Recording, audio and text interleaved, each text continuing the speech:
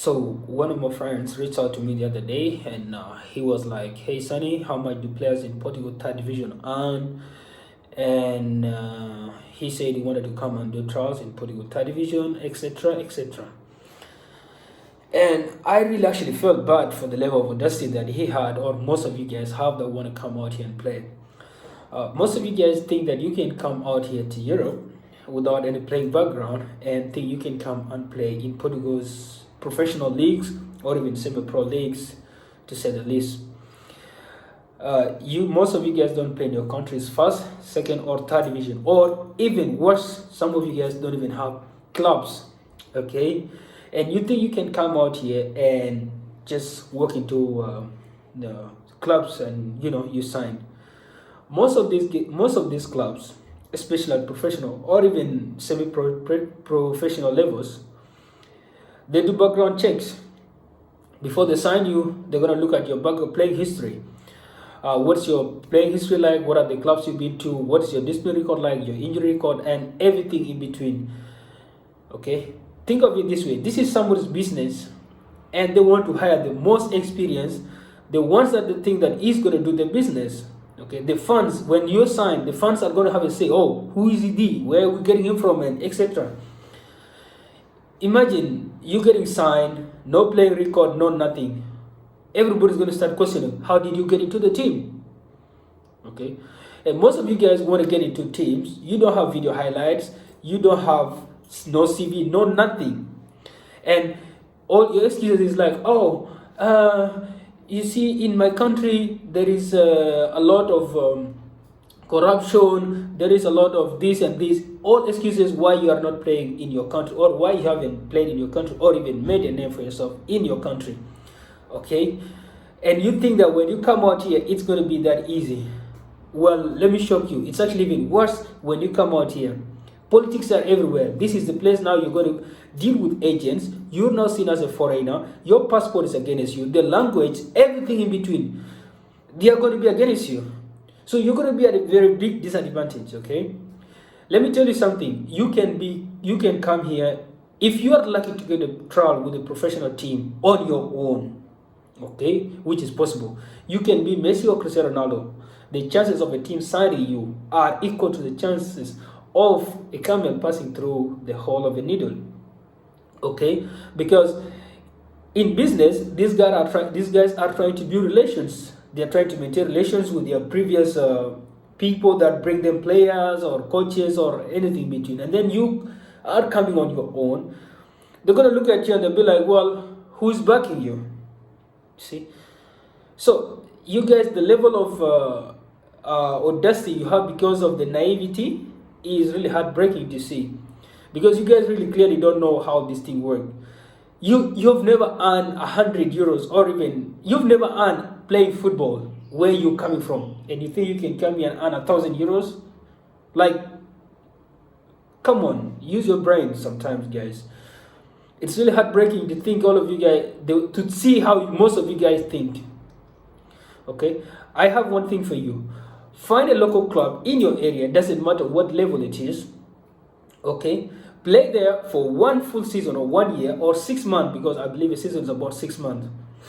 Okay, after playing in this local club, see if you're the best player in your club, if you're the best player in the championship that you're playing in. If you start week in, week out, why do I want you to do this? I want you guys to do this so you can see what a football club is run like, all the politics within a football club. Because most of you just think, oh, after I've signed, then I go train from Monday to Friday, Sunday I play a game, and then come back home. Well, sorry. I want you to be around a football club so you can see the politics within a club, how a club is run. First of all, you get injured, losing form, the coach is not getting along with you, change in management, your salary is delaying, officiation of games from the referees, suspensions, and all that could go wrong in a football club. After all that, then you see if you're starting, if you're the best player. And then after seeing all this, you're now going to sit back and reflect, okay, can I actually handle this? Can you handle it? Like 1 year, you go through all that bullshit and then see If you can handle that, okay, now you have an idea what it is like to be in a football club. Because most of you guys play academy football, or you're playing just training on your own, and you've never been to any club environment to see how these things are run. This is where you're going to see the politics, okay? Because if you are now in a team environment, you're going to see that actually every single week or every month there is a new problem in the team. It's either the coaches are getting fired, the players, your best players are getting injured, your anything that could go wrong. Okay, you see all these things. You are not being preferred. Somebody's being preferred ahead of you, and you think you're better than them. You are losing form. You lose your confidence. You don't get along with teammates and everything. Then from there, the reality of what it's like to be in a football club is going to happen. Instead of you experiencing that in a foreign country, experience that first in your country, and then you now can be able to transition yourself.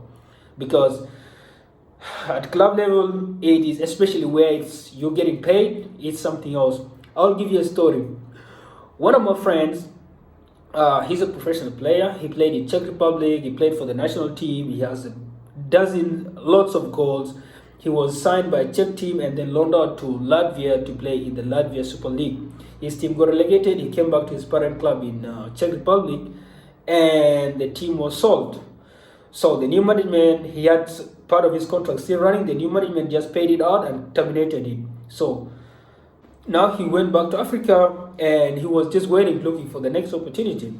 Another team from Czech Republic brought him in because he had played against them previously and he did good. So the team called him back, did a trial, and everything was going well until the last moment when the team, when just a lot of things happened and he was not able to sign. So he was asked to, well, you can now leave our premises. So he had to go back home. And why am I giving you this example? He's finding it hard to find a club. This is a guy that has played at professional level. He has a transfer market. He has video alert. Not only transfer market, but transfer market with a value. But he cannot find a team. You, with your training highlight videos, think you can actually find a professional team with ease. While people who have all this that a club needs to sign you, he has them, but he cannot find a team. You see, and you guys keep approaching wrong people. You approach a player, you approach me thinking that I can get you a team. That means you're not informed. A player has no power to get you a team, especially if a player doesn't know you. Okay? So this is really like so bad. What I want you to do is, if you think of coming to Europe here, okay, play at amateur level, okay, in this amateur level, okay, in the 10th division, 5th, 6th, whatever division, but just amateur level or semi-pro level, okay. When you are there, you're going to see guys that are ex-youth national team players for that country, ex-professionals that retired and they just coming down here just, to finish their career, prodigies that did not make it, guys with so much potential that are not playing at the professional level. You're going to see these guys and you're going to be wondering, why are they at this level? Why should they be playing higher? So what you're going to do is, you're going to ask them, why are you not playing next level? When they explain to you their stories, this is when you're going to get the actual reality of things. Okay? It's not about only talent. Forget about those that have made it, but these guys that had the potential to make it but did not make it. It's either the mindset, circumstances were not in their favor, their location, or their parents didn't want them to continue, injuries or anything. Now when you compete against them, if you're better than them, if you're killing it at this level, you're surely going to find your way up. Like, people are going to come for you. Don't think that, I'm not playing at the amateur level, it's not worth it. Well, you have a lot to prove before you are actually moving your way up. Like, it's not just you come and you skip everything and you jump up here. It's not going to work like that. And most of you guys are asking about money. How much will I get paid here? How much will I get paid here? Realistically, do you think you are worth 100,000 per month? Do you think you're worth 5,000 euros per month? Do you think so? Because most of you, before you want someone to help you, the first thing you're asking is, or a level you want to play, how much am I going to get? How much do they pay? And all these things. when realistically you lack self-awareness, the level that you're in. Okay, this is what a lot of you guys are like, oh, Saudi League is doing his money. You'll be surprised that Saudi League, there are people that are paid under 500 euros per month. Why? Your worth. These guys, you see guys that go to Saudi and they get millions and millions. These are guys that have proved themselves, they have made a name for themselves. It's not only their football that they are taking to Saudi, it's their brand. And then there is you that only has training videos, no track record, no nothing, and you are thinking, oh, if I go to Saudi, I will earn amount of money. My friends, we are in for a long ride, you know. Forget about the money. First of all, go somewhere, prove yourself. The money will come afterwards. I don't think I've been to a point where the salary between me and the club has ever denied me to sign for any team.